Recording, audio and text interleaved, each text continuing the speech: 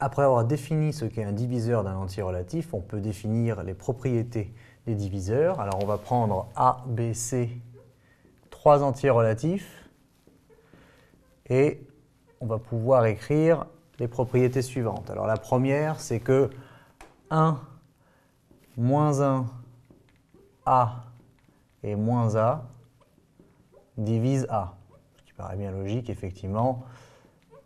A est un multiple de lui-même et de 1, et y compris de son opposé et de moins 1. De la même façon, si A divise B, à ce moment-là, je sais que moins A divise B, A divise moins B et moins A divise moins B. Ce n'est pas une affaire de signe qui va changer le fait que je puisse écrire A divise B. Voilà.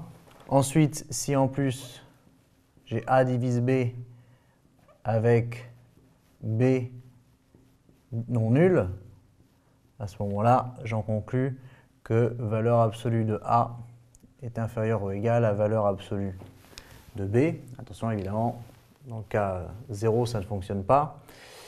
Et si A divise B et en plus B divise A, à ce moment-là, A est forcément égal à plus ou moins B.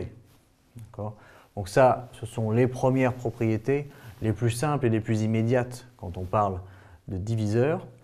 Il y en a quelques autres que l'on va préciser, en particulier si j'ai A divise B et A divise C. À ce moment-là, j'ai trois propriétés que je dois connaître.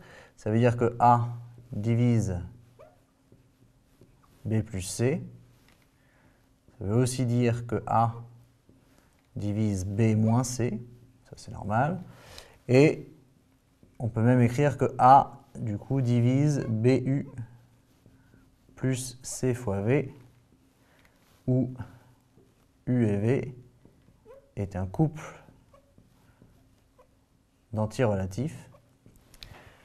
Donc, il faut avoir par contre ici, comme hypothèse de départ, A divise B et A divise C. Et à ce moment-là, on peut dire que A divise toute combinaison de B et de C. Et les deux cas précédents sont des cas particuliers de ce cas général ici. Ensuite, si j'ai A divise B et B divise C, eh bien, ça implique que A divise C. Et pour finir, si j'ai A divise B, à ce moment-là, quel que soit l'entier relatif C que je choisis, j'ai AC divise BC. Voilà, ce qui est bien normal. Si A divise B, on peut multiplier de chaque côté par C, ça ne change rien au résultat. On aura AC divise BC dès lors qu'on a cette condition de départ. Donc voilà, propriété absolument fondamentale et élémentaire. Celle-ci qui en fait n'est qu'une seule propriété, mais on la décline dans les cas les plus simples et qu'on rencontre les plus souvent. Et ici, évidemment, le fait que A divise B et B divise C, ça implique que A divise C, ou alors que dès que j'ai A divise B, le produit AC divise forcément le produit BC. Donc des propriétés à bien connaître et à bien retenir pour tous les problèmes d'arithmétique.